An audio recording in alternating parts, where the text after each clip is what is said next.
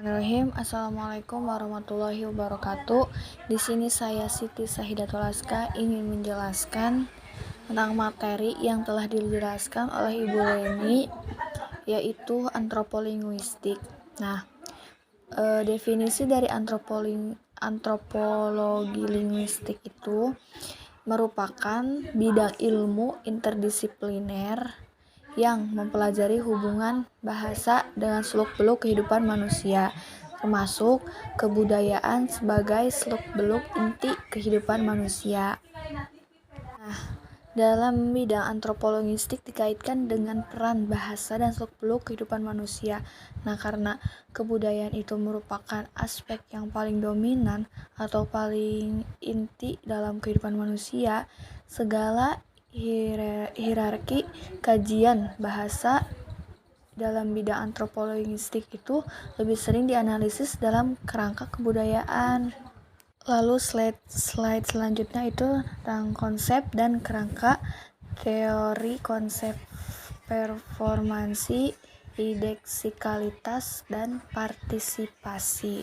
Nah, dalam mengkaji bahasa, kebudayaan, dan aspek-aspek lain kehidupan manusia, pusat perhatian atau perhatian utama antropologistik itu ditekankan pada 3 topik penting, yaitu performasi, ideksikalitas, sama partisipasi. Nah, melalui konsep performasi, bahasa dipahami dalam proses kegiatan, tindakan, dan pertunjukan komunikatif yang membutuhkan kreativitas.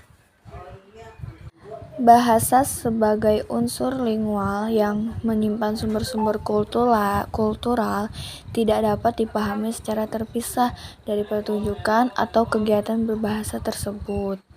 Nah, kalau konsep indeksikalitas ini berasal dari pemikiran filosof Amerika, yaitu Charles Sanders Peirce, yang membedakan tanda atas 3 jenis, yakni indeks, simbol, sama icon. Nah, kalau indeks itu tanda yang mengindikasikan bahwa ada hubungan alamiah dan eksistensial antara yang menandai atau yang ditandai.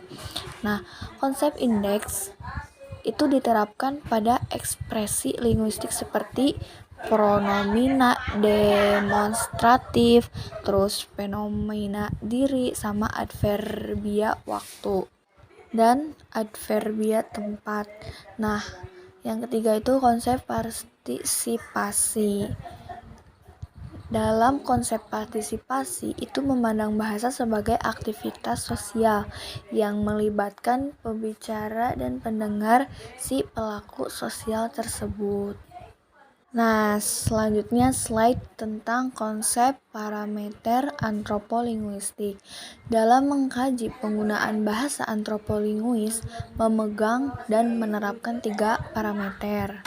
Nah, yang pertama itu keterhubungan, yang kedua kebernilan, yang ketiga keberlanjutan. Nah, keterhubungan itu mungkin hubungan linier yang secara vertikal atau hubungan formal yang secara horizontal. Nah, hubungan formal itu berkenaan dengan struktur bahasa atau teks dengan konteks, yaitu situasi, budaya, sosial, dan ideologi, dan konteks. Nah, kalau konteks itu paralinguistik, gerak isyarat, unsur-unsur material yang berkenan dengan bahasa dan proses berbahasa. Sedangkan kalau hubungan linier itu berkenaan dengan struktur alur seperti performansi. Kebernilan memperlihatkan makna atau fungsi itu sampai ke nilai atau norma, serta akhirnya tuh sampai pada kearifan lokal yang aspek-aspek yang diteliti. Keberlanjutan memperlihatkan keadaan objek yang diteliti termasuk nilai budayanya, dan pewarisannya pada generasi berikutnya. Selanjutnya, slide selanjutnya itu karakteristik dan konsep tradisi lisan. Nah, sebelum memahami pengertian tradisi lisan, ada baiknya terlebih dahulu memahami konsep tradisi. Nah, kata tradisi itu berasal dari bahasa Latin, yaitu traditio, sebuah nomina yang dibentuk dari kata kerja tradere atau trader, mentransmisi, menyampaikan, dan mengamankan. Nah, sebagai nomina, kata traditio itu berarti kebiasaan yang disampaikan dari satu generasi ke generasi selanjutnya dalam waktu yang cukup lama sehingga kebiasaan itu menjadi bagian dari kehidupan sosial komunitas. Nah, terus ada 3 karakteristik tradisi. Yang pertama itu, tradisi itu merupakan kebiasaan, yaitu lore, dan sekaligus proses. Nah, kegiatan yang dimiliki bersama suatu komunitas. Pengertian ini mengaplikasikan bahwa tradisi itu memiliki makna kontinuitas, yaitu keberlanjutan materi, adat, dan ungkapan verbal sebagai milik bersama yang diteruskan untuk dipraktikkan dalam kelompok masyarakat tertentu. Nah, karakteristik yang kedua itu tradisi merupakan suatu yang menciptakan dan mengukuhkan identitas. Memilih tradisi memperkuat nilai dan keyakinan pembentukan kelompok komunitas. Ketika terjadi proses kepemilikan tradisi, pada saat itulah tradisi menciptakan dan mengukuhkan rasa identitas kelompok. Nah, yang ketiga, karakteristik yang ketiga itu tradisi yang dikenal dan diakui oleh kelompok itu sebagai tradisinya. Sisi lain, itu menciptakan dan mengukuhkan identitas dengan cara berpartisipasi dalam suatu tradisi. Nah, bahwa tradisi itu sendiri harus dikenal dan diakui sebagai sesuatu yang bermakna oleh kelompok itu. Selanjutnya itu pendekatan antropologistik untuk kajian tradisi lisan. Dalam kajian tradisi lisan itu dibagi menjadi 3 bagian. Yang pertama itu bentuk tradisi lisan yang menyangkut dengan teks, konteks, dan konteks.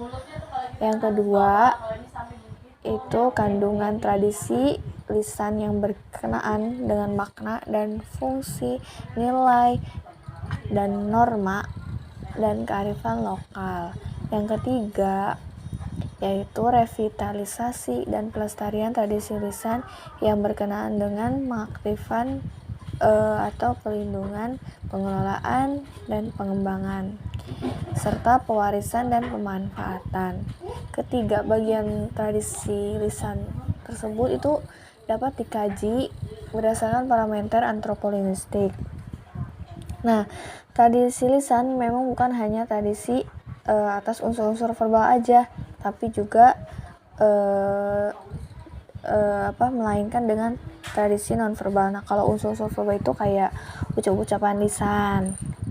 Nah, tradisi lisan adalah kegiatan budaya tradisional suatu komunitas yang diwariskan secara turun-menurun dengan media lisan dari generasi ke generasi lainnya, yaitu baik tradisi berupa susunan kata-kata lisan, tradisi yang bukan lisan.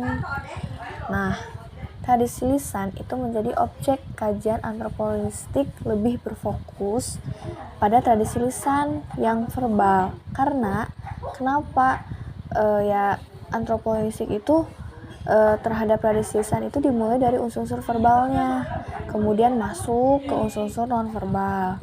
Kalaupun berusaha mengkaji tradisi yang nonverbal, antropolinguistik itu harus memasuki proses komunikatif tradisi. Itu sebagai pewarisan dari satu generasi ke generasi lainnya dengan media lisan. Nah, struktur dan formula unsur verbal atau nonverbal tradisi lisan dapat dijelaskan melalui pemahaman struktur teks, konteks, dan konteksnya. Dalam suatu performansi, sehingga pemahaman itu juga menjadi pemahaman keseluruhan performansi tradisi lisan. Nah, kaitan dengan uraian yang antropologi mempelajari teks tradisi lisan dalam kerangka kerja antropologi itu mempelajari konteks dan konteks itu situasi, budaya, sosial, dan ideologinya.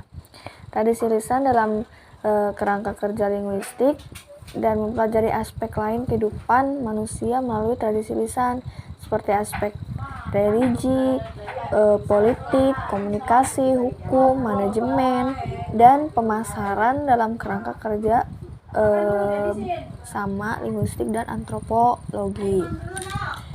Dengan kegiatan tersebut, antropolinguistik mendekati dengan mengkaji performansi tradisi lisan secara holistik dan mempertimbangkan keseluruhan aspek-aspek tradisi lisan tersebut.